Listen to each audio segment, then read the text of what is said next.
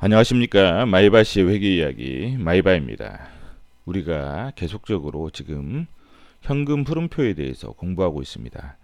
94번째 동영상에서는 현금주의와 발생주의에 대해서 공부했고, 97번째 동영상에서는 영업활동 현금 흐름에 대해서 공부했습니다. 106번째 동영상에서는 투자활동과 재무활동 현금 흐름에 대해서 공부했고, 또 현금 흐름표 분석 시 주의사항에 대해서도 공부했습니다. 우리가 어때요? 회계는 정보 이용자에게 정보를 제공할 목적이 가장 중요하다고 했죠. 그래서 우리는 장부를 작성하는 회계부서 관점에서 회계를 공부하고 있지 않습니다. 현재 작성된 장부를 어떻게 읽고 어떻게 해석할 것인가 측면에서 공부하고 있습니다. 그래서 현금 흐름표를 작성하는 어떤 디테일한 방법에 대해서는 공부하지 않고, 작성된 현금 흐름표를 어떻게 읽어 나갈 것인가, 이런 부분을 중점으로 해서 공부하고 있어요.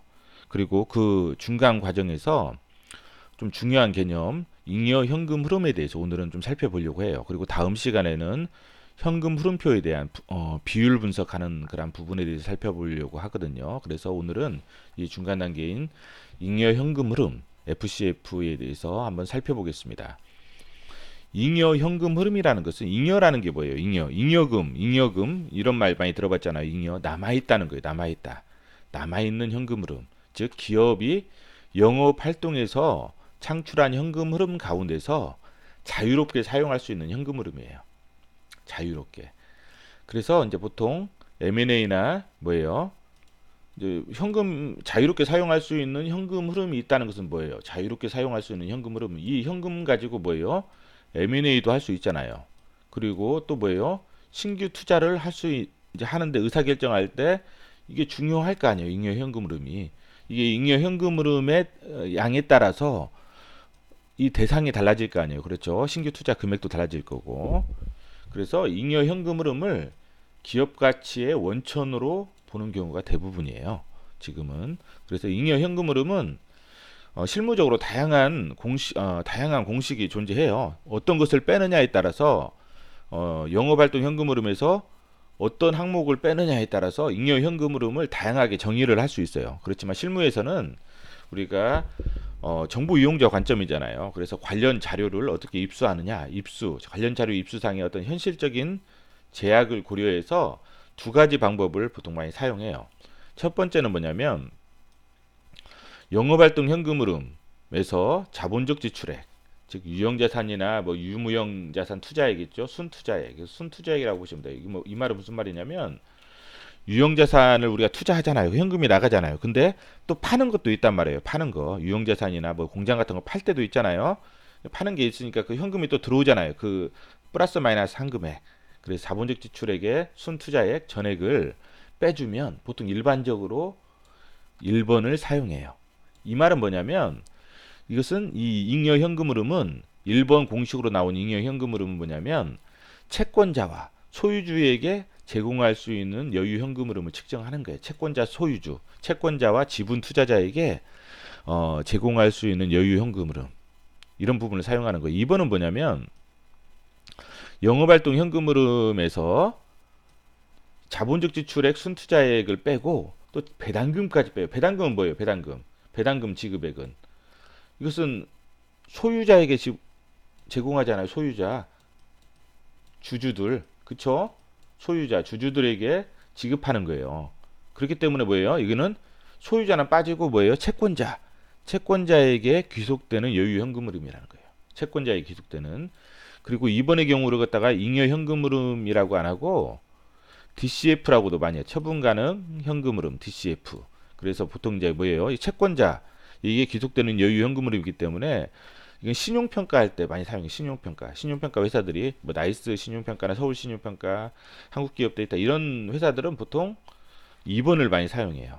1번은 뭐 우리가 사모펀드나 M&A 하는 회사들, 그다음에 일반 기업들이 신규 투자 의사결정할 때 많이 사용하고, 2번은 이제 신용평가 회사들이 사용을 해요.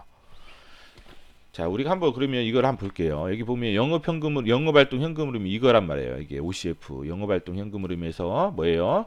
1번은 1번은 여기 투자활동 현금 흐름에서 투자활동이 이쪽으로 가죠. 이쪽으로. 이게 투자활동이에요. 이게 투자활동인데 이 중에서 뭐예요? 유형 무형자산 처분에 유형 무형자산 처분에 자본주의 지출에 포함해서 또 취득에 서로 상계 처리를 해서 이만큼 순투자액을 빼주는 거죠. 여기에는 아마 이것도 포함을 시키는 경우가 있어요. 뭐냐면 관계회사 우리가 관계회사 지분을 사는 거 있죠. 관계회사, 종속회사 지분을 사는 것들 여기도 어떻게 보면 유형 무형자산이나 마찬가지니까 관계회사나 종속회사 지분을 사는 것도 포함시키고 이제 처리 계산을 이제 하는 경우가 많거든요. 그리고 두 번째는 뭐냐면 OCF에서 이거를 빼고 또 재무활동 현금 흐름에서 뭐예요? 배당금 지급에 배당금은 소유주에게 지급하잖아요. 주주들에게. 그렇기 때문에 뭐예요? 이거는 두 번째는 채권자에게 지급하는 여유 현금 흐름을 나타내는 거죠. 그래서 잉여 현금 흐름을 창출한 기업은 다음과 같은 일을 할 수가 있는 거예요. 어떤 일이냐면 신규 사업이나 M&A 또 구조조정 등 미래를 위한 투자를 할 수 있고 그래서 잉여 현금 흐름이 중요하다는 거예요. 그렇죠? 부채 상환을 통한 재무 체질을 개선할 수 있고 또 배당도 지급하고 자사주 매입 등 배당 지급한다는 것은 1번의 개념으로 정의한 거겠죠. 1번. 그렇죠. 채권자 소유주에게 제공할 수 있는 여유현금 흐름, 자사주를 매입하고 등 주주에게 환원하는 그렇죠. 잉여 현금 흐름을 창출한 기업은 이와 같이 할 수 있다. 이거는 이제 삼성전자의 46기하고 45기를 이제 봤어요. 과거치죠. 지금 단위가 10억 원이에요. 10억 원. 자, 영업활동 현금 흐름이 여기 있고 그 다음에 투자활동 현금 흐름에서 이제 종속기업 등 순투자, 유형자산, 무형자산을 합쳐서 뭐냐면 자본적 지출이라고 해요. 종속기업 등 순투자, 유형자산, 무형자산 이것을 자본적 지출 이게 세 개를 합친 게 뭐예요? 이거예요. 이거. 그쵸? 이거고 여기도 세 개를 합친 게 이거예요. 그쵸? 13631 거기서 이제 자 잉여 현금 흐름은 1 빼기 첫 번째 방법이 1에서 영업활동 현금 흐름에서 뭐예요? OCF에서 자본적 지출 합계 1을 뺀 거라고 했죠. 이거를 뺀 거예요. 이거를 두 개를 이렇게 두 개를 가지고 구하는 거예요. 그러면 뭐예요? 5518 그 다음에 14812 그렇죠. 이게 잉여 현금 흐름이고 그러니까 두 번째 방법은 뭐냐면 자 여기서 1, 2 여기까지 빼는 거죠. 그쵸? 여기까지 빼는 거죠. 3까지 그쵸? 그럼 뭐예요? 잉여 현금 흐름 1 빼기 2 빼기 3 그러면 3361 13605 그렇죠. 그 다음에 또 다른 방법으로 하는 방법이 뭐냐면 1에서 영업활동 현금 흐름에서 그쵸? 그 다음 배당금은 안 빼고 자본적 지출 빼고 그쵸? 자본적 지출 빼고 그 다음에 배당금은 안 뺀 상태에서 그 다음에 이거 있죠. 이거 45를 차입금 관련된 차입금은 뭐예요? 채권자와 관련된 거잖아요. 채권자. 그러니까 뭐예요? 이거는 뭐예요? 이거는 뭐냐면 채권자와 관련된 현금 흐름을 빼버리는 거예요. 그쵸? 이거는 뭐예요? 여기는 소유주와 관련된 현금 흐름을 빼기 때문에 이것은 뭐예요? 채권자에게 주어지는 여유 현금 흐름을 파악하는 거고 이건 뭐예요? 이건 채권자 관련된 현금 흐름을 빼는 거잖아요. 그러니까 이건 뭐 소유주, 지분 투자자, 소유주, 지분 투자자에게 귀속되는 잉여 현금 흐름이라는 거예요. 그래서 배당금 지급이나 자사주 취득에 사용할 수 있는 여유 현금 수준. 그래서 삼성전자는 46기에는 배당금 지급할 수 있는 금액 여유가 이렇게 된다는 거예요. 45기에는 이렇게 되고 그렇죠. 채권자에게 줄 수 있는 현금 흐름이 이렇게 되고 45기에는 이렇게 된다는 거예요. 그렇죠.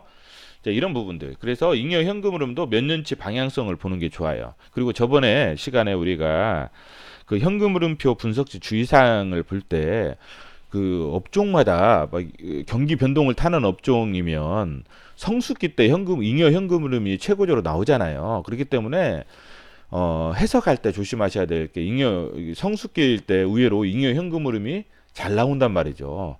네, 그런 부분들. 그러면 이제 주가하고 관련성을 어떻게 할 것이냐 이런 부분들을 한번 해석할 때 조심하셔야 돼요. 만약 경기 변동을 안 타는 업종이다. 그리고 경제적 해자가 있다. 그런 회사들은 뭐냐면 잉여 현금 흐름의 방향성이 좋으면 주가도 계속 우상향할 수 있는 이제 그러한 자질을 갖췄지만 업종을 많이 탄다. 그러면 의외로 이제 업종이 막 도입기 때 뭐예요?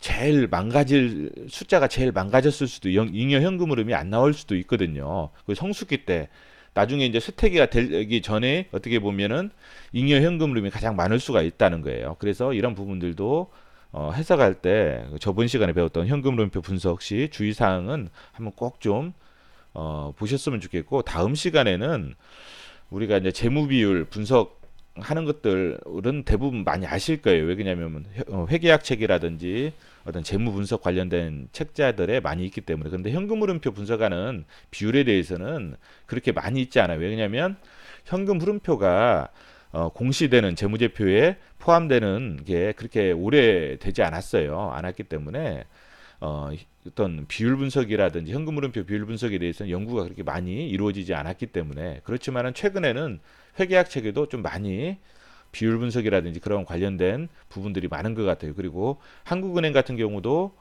어때요? 지금 그 기업 경영 분석 책 뭐야 이렇게 자료들이 있거든요. 그런 거 보면 현금 흐름표를 분석한 비율들이 상당히 많더라고요. 그래서 이런 부분들을 한번 다음 시간에는 좀 소개를 시켜드리겠습니다.